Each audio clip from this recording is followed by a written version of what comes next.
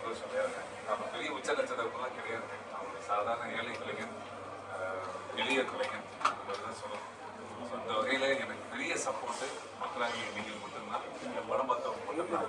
கட்டாயமாக ஒரு நல்ல படத்தை எடுத்திருக்கேன், ஒரு நேர்மையான படத்தை எடுத்திருக்கேன், ஒரு குடும்பத்துக்கான படத்தை எடுத்திருக்கேன், தாய் மருந்துக்கான படத்தை எடுத்திருக்கேன், தகப்பனுடைய வழியை சொல்றதுக்கு ஒரு படம் எடுத்திருக்கேன், பிள்ளைகளுடைய எதிர்காலத்துக்காக ஒரு படம் எடுத்திருக்கேன். காதல் எதிரியான படம் இது இல்லை, ஆனால் நாடகக்காரனுக்கு எதிரியான படம், எதிர்ப்பு தெரிவிக்கின்ற படம், நாளைய தலைமுறை சிறப்பாக இருக்கணுங்கிறதுக்காக நான் வேலை தான் போட்டிருக்கேன் இந்த படம். ஸோ ரொம்ப பெருமை, எனக்கு ரொம்ப சந்தோஷம். அளவிறந்த சந்தோஷம் என் வாழ்நாள். நான் இயக்கி நடித்து இந்த படம் பெரிய வெற்றி அளிச்சிருக்கு, எனக்கு பெரிய சந்தோஷம். சார் இப்போ படம் ரிலீஸ் பண்ணுறது கொஞ்சம் டஃப்பாக இருந்துச்சு, நீங்கள் எப்படி ஃபீல் பண்ணுறீங்க? ஆமாம்மா, ஆக்சுவலாக ஜூலை 5ஆம் தேதி பண்ணுற மாதிரி இருந்துச்சு. இப்போ 5ஆம் தேதி எல்லாம் பண்ண முடியல. அதுக்கு சில காரணங்கள், பல காரணங்கள் நீங்களும் ஊடகத்துறை எல்லாம் தெரிஞ்சிருக்கும். ஏன்னா படத்தில் தேவையற்ற ஏதோ வன்மம் இருக்கிற மாதிரியும் ஒரு பெரிய சாதியை உள்ளது இருக்கிற மாதிரியும் தேவையற்ற குற்றச்சாட்டு தான்.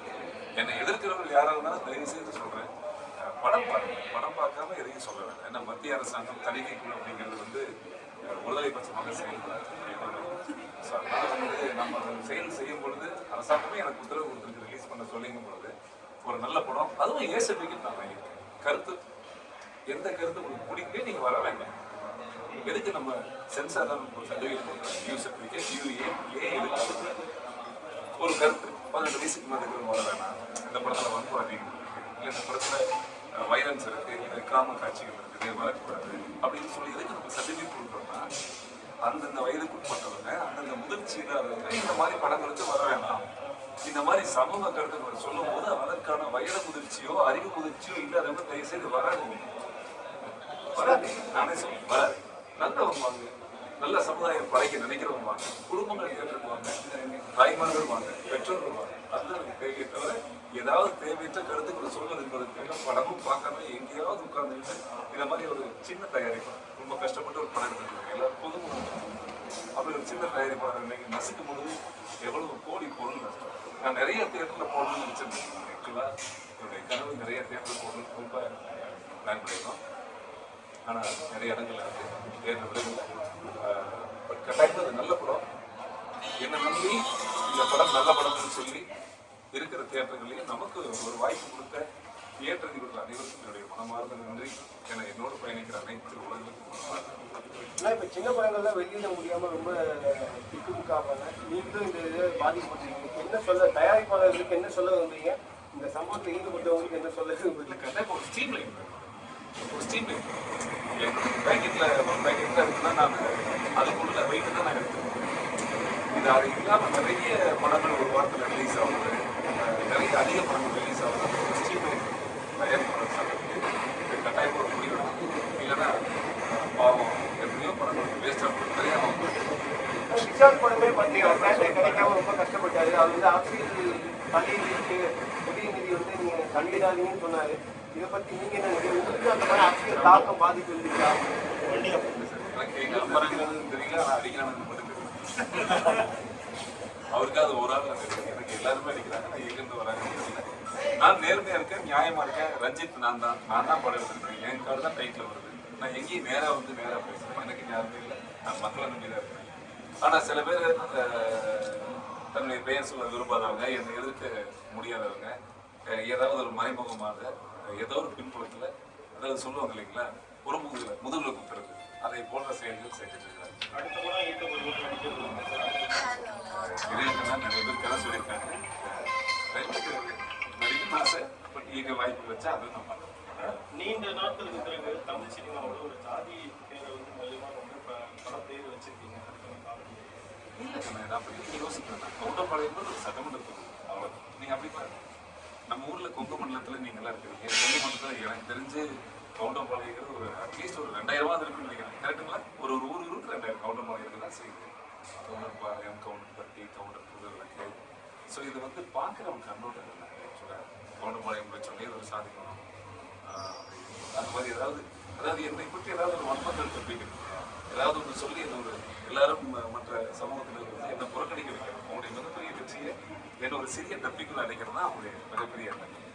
ஸோ அந்த மக்களுக்கு தெரியும். அப்படிதான் 100 படம் நடிச்சிருக்கேன், நிறைய படம் நடிச்சிருக்கேன், எத்தனையோ படம் பண்ணியிருக்கேன். இப்போ கூட நான் தொலைக்காட்சி சீரியல் பாகியலட்சுமி நடிச்சிட்டு இருக்கிறேன். நிறைய தாய்மார்கள் நான் பார்க்குறேன். மற்ற எந்த தாய்மார்களும் என்னை வெறுக்கிற அளவுக்கு நான் என் வாழ்க்கையில் ஒருபோதும் நடந்துக்க மாட்டேன். அது உறுதியாக சொல்றேன்.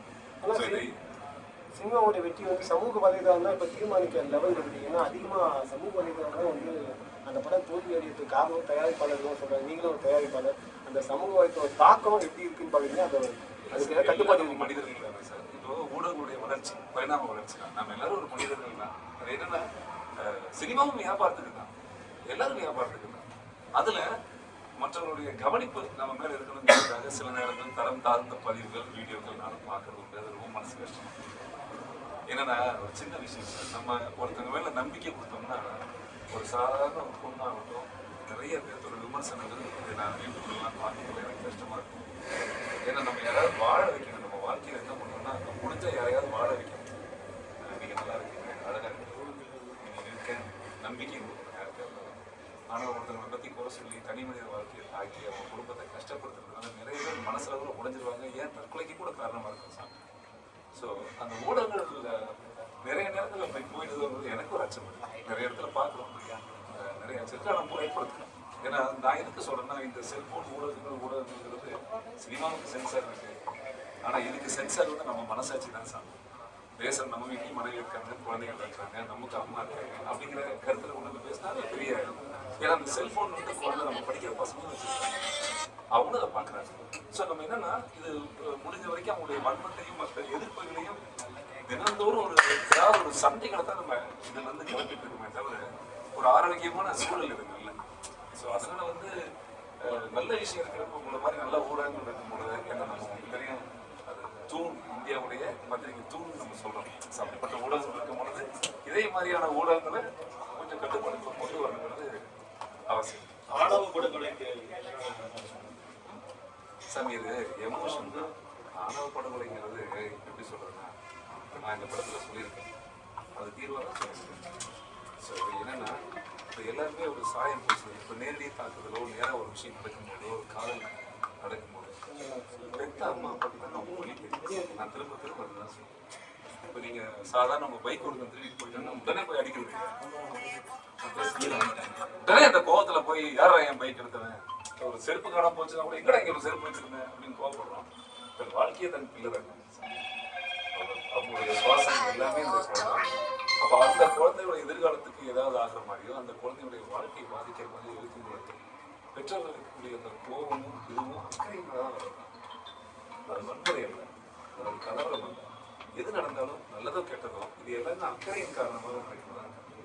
அது எனக்கு குற்றச்சாட்டு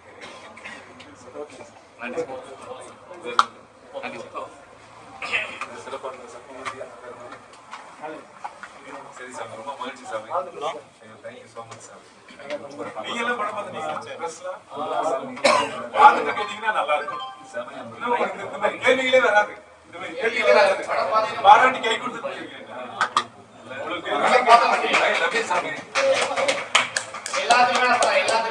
ஆமா சீக்கிரம் பார்த்துருக்கேன். நீங்க தான் பார்க்கலாம்.